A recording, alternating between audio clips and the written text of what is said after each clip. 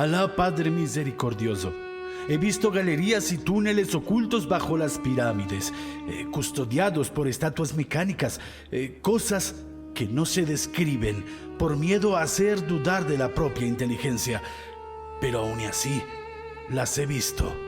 Con estas palabras, Abu Ibn al-Masudi, historiador y geógrafo árabe, conocido como el Heródoto de Oriente, fue uno de los primeros en reunir las disciplinas de la historia y la geografía en una obra de gran alcance. Al-Masudi escribió estas palabras en su libro El Prados de Oro, y en ellas hablaba de lo que los sacerdotes de Menfis le mostraron bajo la Gran Pirámide y la Esfinge de Giza, también conocida en lengua árabe como Abu el-Hol, el padre del terror. Que viva el Horus Medied, rey del Alto y Bajo Egipto, Jufu dotado de vida. Él encontró el templo de Isis, señora de las pirámides, al lado del templo de Urum, en el noreste del templo de Osiris, señor de Rostao. El texto que acaban de escuchar pertenece a la estela del inventario. El objeto en cuestión es una tablilla conmemorativa del año 670 a.C. La estela afirma que el templo existía desde antes de la época de Keops, alrededor del 2580 a.C., alabando a los dioses Isis, dueña de las pirámides, y a Osiris, señor de Rostao. Después de esto, explica que el templo fue descubierto por Keops y luego insiste en que el faraón reformó las ruinas del ancestral yacimiento. ¿Y por qué he utilizado estos dos textos para introducirles en el programa de hoy? Pues muy sencillo. Cuando visité Egipto hace ya muchas lunas con mis compañeros de universidad, el guía compartió conmigo una reflexión que he hecho mía con el paso de los años. No habría que llamar al antiguo Egipto un país, sino un mundo en sí mismo, en el que desde el primer faraón Menes a la saga de los Ptolomeos pasaron más de 3000 años, donde se reformaron y reutilizaron 1 y 1000 veces templos y piedras, llegando hasta nuestros días tan solo unas pocas piezas de un puzzle descomunal y muy difícil de encajar.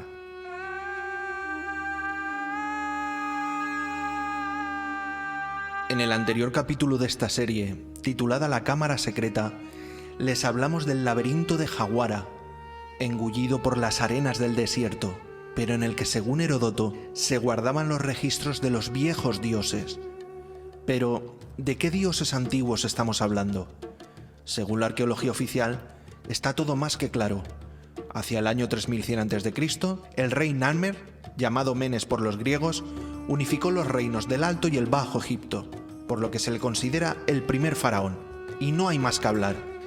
Al parecer, con anterioridad a ese 3100 a.C., no había nada digno de mención sobre las arenas o junto a las orillas del río Nilo. En ese caso, invoquemos el espíritu de Sherlock Holmes y demos un par de caladas a su pipa, ya que si todo está tan claro, el geólogo Robert Schoch, tras hacer innumerables pruebas a las paredes del foso que circunda la gran esfinge de Giza, llegó a la conclusión de que el deterioro visible sobre las paredes de piedra se debía a la erosión provocada por las lluvias torrenciales que azotaron Egipto en torno al año 10.000 a.C. Repito, en torno al año 10.000 a.C., sin hablar de que la calzada real de la pirámide de Kefren se desvía en su trayectoria para esquivar la esfinge, como si el señor del terror ya se encontrase allí mucho antes que las pirámides. O la manida y demoledora teoría del investigador Robert Bauval, que establece una relación entre las pirámides egipcias de la Cuarta Dinastía, situadas en la meseta de Giza, y el alineamiento de ciertas estrellas de la constelación de Orión, llamada comúnmente Cinturón de Orión. Pero el alineamiento, he aquí la sorpresa, estaría datado en el 10.000 a.C., con la esfinge mirando en dirección a la constelación de Leo. Pero bueno, por un par de pruebas científicas no vamos a cambiar todos los libros de historia del planeta, ¿verdad? Aunque realmente solo existen un par de pruebas de que algo aconteció antes de que oficialmente el faraón Menes fundase Egipto en el 3100 a.C. Pues resulta que sí. Y no un par de pruebas, sino infinidad de ellas. Diodoro de Sicilia, historiador griego del siglo I a.C., visitó Egipto y los sacerdotes de Menfis le dijeron que los primeros monarcas de Egipto habían reinado hacía más de 20.000 años. ¿Faraones en Egipto con anterioridad a Menes? La arqueología oficial considera que Diodoro de Sicilia fue informado erróneamente, dado que habían pasado varios milenios desde el origen del pueblo egipcio, pero entonces surgen pruebas físicas que no son tan fáciles de desprestigiar. El canon de Turín, la piedra de Palermo, la paleta de Narmer o el templo de Osirión. También está la estela del inventario o incluso el huevo de Nubia. Según el canon de Turín, los Sensu-Hor gobernaron Egipto durante 6.000 años, entre el reinado de los dioses y los primeros faraones. Algunos autores traducen como compañeros de Horus a esos seres semidivinos con grandes conocimientos astronómicos que fueron legados a los sacerdotes y faraones. Manetón, historiador egipcio del siglo III a.C., recibió el encargo del faraón Ptolomeo II Filadelfo de escribir la historia de Egipto y por tanto tuvo acceso a la biblioteca del templo de Ra, en Heliópolis, donde era sacerdote. Aseguró que los Sensu-Hor gobernaron Egipto alrededor del 6000 a.C., justo después de los semidioses y reyes. Después de todo esto llegó el primer rey dinástico, Menes, que gobernó el Valle del Nilo alrededor del 3100 a.C., punto donde comienzan nuestros libros de historia. Pero en caso de que Diodoro de Sicilia tuviese razón, ¿dónde se encuentran las construcciones, templos y restos arqueológicos que avalen la existencia de esos antiguos dioses que habitaron Egipto durante más de 10.000 años y que fueron los responsables de la construcción de la Esfinge, de la Gran Pirámide, del Templo de Osirión o de otros muchos restos arqueológicos que les iremos mostrando a lo largo de esta saga titulada La Cámara Secreta? Pues bien, vayamos en busca de las pruebas. En 1988, un equipo japonés, conducido por el profesor Yoshimura, detectó una cavidad fuera del pasadizo de la Cámara de la Reina. También detectaron una cavidad grande detrás de la pared noreste de la Cámara de la Reina y la señal de un gran túnel fuera de la pirámide, que parece correr por debajo de la estructura en dirección a la Esfinge. En octubre de 1992, el profesor Jane Kerisal también detectó cavidades y túneles debajo del conjunto de Giza. Una de las referencias más asombrosas es la que protagonizaron en 1924 el doctor John Kinnaman y el egiptólogo Flinders Petrie. Según su increíble relato, se internaron por un túnel situado en el sur de la Gran Pirámide.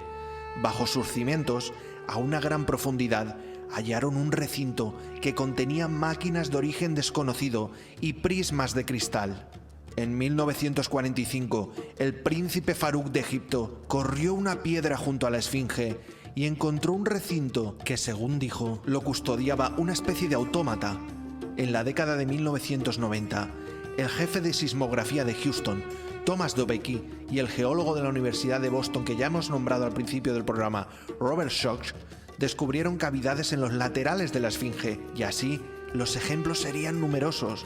Está demostrado desde los años 80 que debajo de la Esfinge hay multitud de pasadizos, aunque hay que advertir que la mayoría de ellos, dado el nivel freático actual de las aguas, estarían inundados.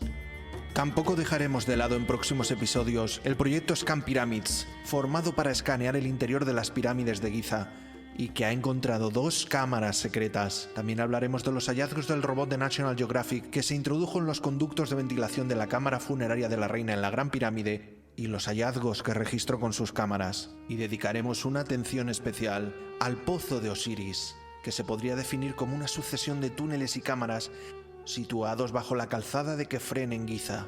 Recibe el nombre de pozo porque durante siglos fue usado como tal, incluso como piscina por los lugareños. Fue totalmente drenado gracias a una excavación realizada por un equipo liderado por Zahi Hawass en 1999.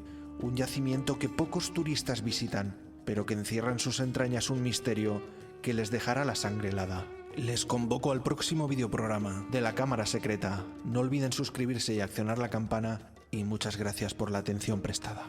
Y recuerden la famosa frase de Salvador Freixedo: hoy en día, quien no sea conspiranoico es que está más ciego que un topo.